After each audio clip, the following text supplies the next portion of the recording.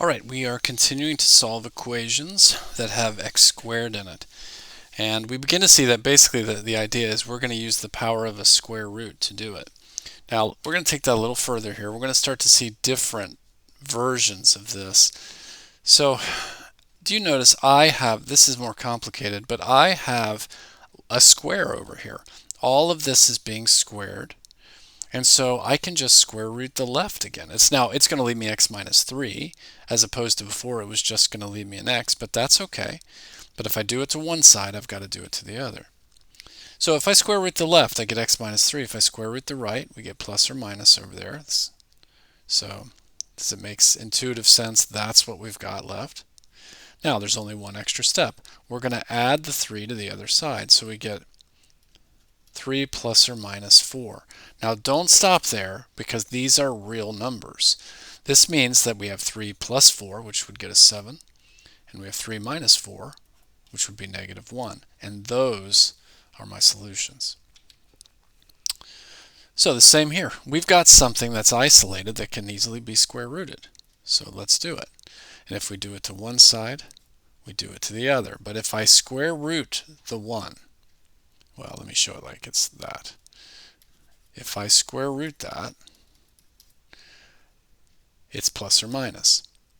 So now we're going to subtract 5 from both sides, and we've got this. Now, don't leave this like this on a test because these are real numbers.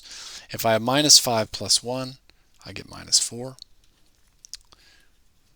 If I get minus 5 minus 1, I'd get minus 6. And those are my answers. Okay, you can always pause it. I'm going to keep right on rolling here.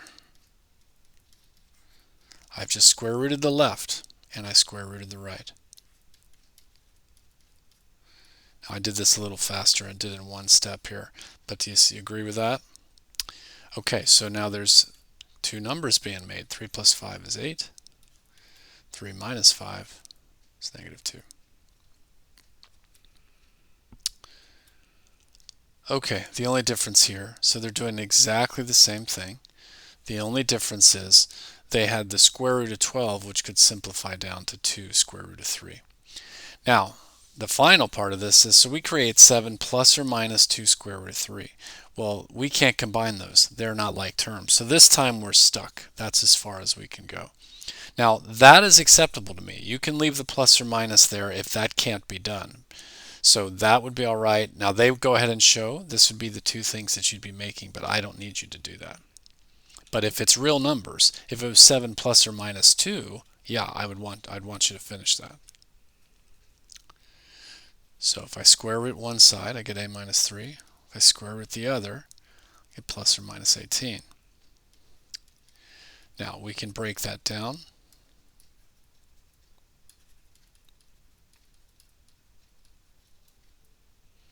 And I get this.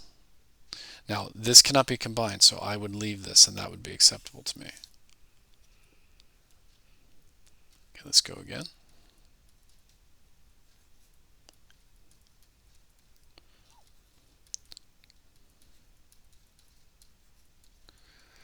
Okay, so I've got to simplify the 40 there. I'm going to get b as negative 2. Now I'm going fast on that, but remember how we do it. If not, check out the old videos. Now these cannot be combined, so that is acceptable as your final answer to me. Okay, everybody loves fractions. Well, that's what we're going to get here. I'm going to square root both sides and then I create this. Now, all I'm going to do is send that over to the other side. So, is it into, so do you see here? So they can break that into the two individual roots. We've done that many times. The bottom turns out to be 2. So now they send the 1/2 over and we get this. And because of the square root, that's the best I can do. I'm going to leave it right like that. Okay. Square rooting both sides gets me this. Now let's tidy this right side up. So that's the same. I'm going to just do it over here. It's making two individual square roots. That's going to be the square root of 5 over 3. So this is what I've got.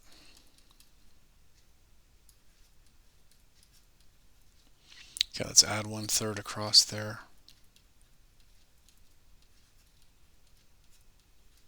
And I got it.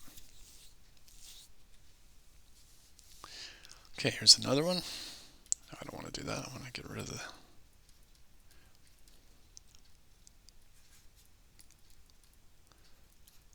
So square rooting both sides. Now I'm going to turn this into 7/4. Can you see what I've done? Square root of 7, I turned it into two individual ones. Square root of 16 is 4. So I've got y minus 3/4 equals plus or minus the square root of 7 over 4. Now we're just going to send the 3/4 over to the other side. Because of the square root of 7, that's the best you can do.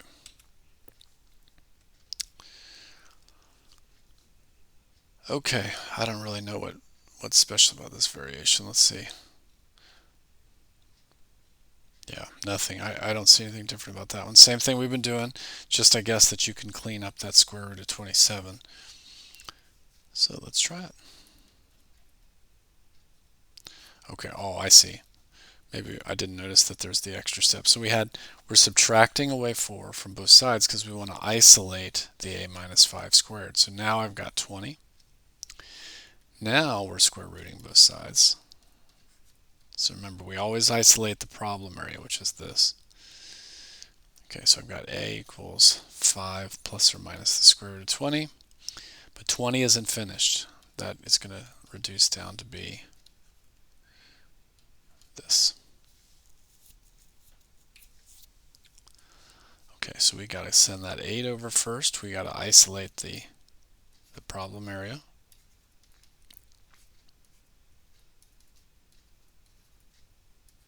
Now I'm square rooting both sides. Now that's going to need to be tidied up in just a minute, but I'll just go ahead and send the 3 over. Okay, so I'm trying to think what that will be. You can...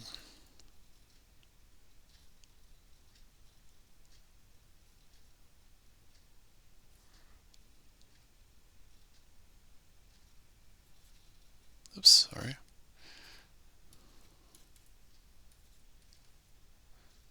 Yeah.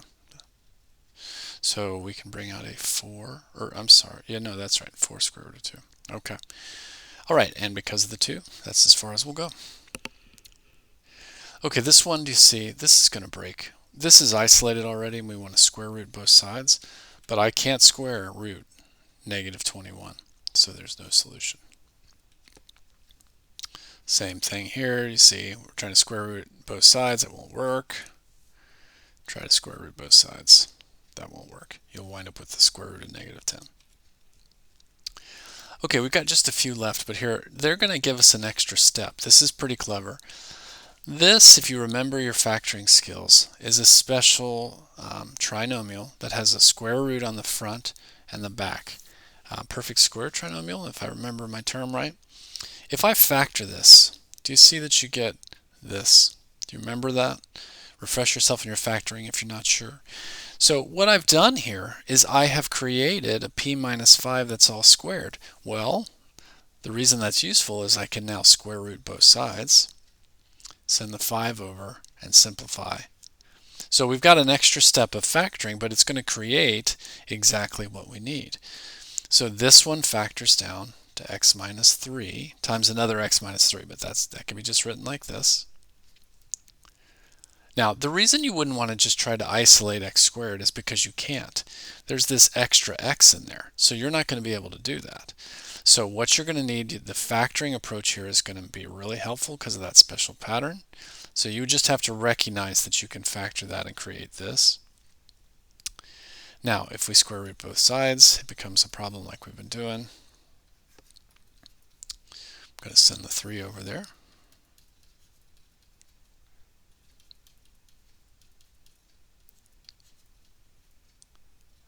Okay. So same thing. We would not be able to get down to a y squared because of the extra y. But what we have is that perfect square, so I could turn it into this. Now if I square root both sides, Oops, I forgot my plus or minus.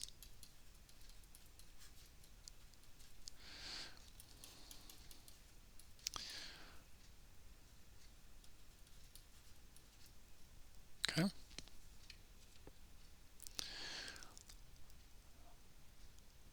Yeah, this is the same.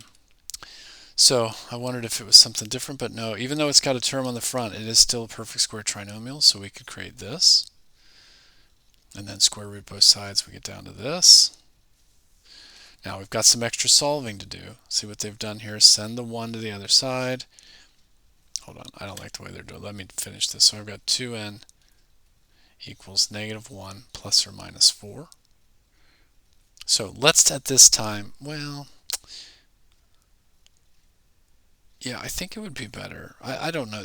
It'd be more advanced to maybe just go ahead and work it like this is right now. But I'm going to go turn this into the two numbers. So -1 plus 4 is 3. And I'm also going to work it as 2n equals -5. So if I solve both of these, I'm going to get 3/2, and then this -5 over 2. I'm not sure how the book would handle that, but at least for now, that's what I would suggest. So I have perfect square trinomial again. 3m plus, oh, no, 3m minus 2 squared was 25. I hope you remember how to factor that, or go look that up again. Square root both sides, I get plus or minus the square root of 25. So I've got 3m minus 2 equals plus or minus 5. Now I'm sending the 2 over. So I'm going to work two problems. I've got 3m equals 7, and I've got 3m equals -3. Just doing the 2 plus a 5 and 2 minus a 5. Now divide both sides by 3. So I get 7/3 and -1. Okay, last one here. Trying to see if they were going to throw anything else at us, but they're not. Square root both sides, and I get 4n plus 5. Can you see that this is going to make plus or minus 2? Okay, so 4n is going to be minus 5 plus or minus 2. So 4n is going to be, so I'm just doing the plus or minus. I get -3 if it's a plus, get -7 if it's a minus.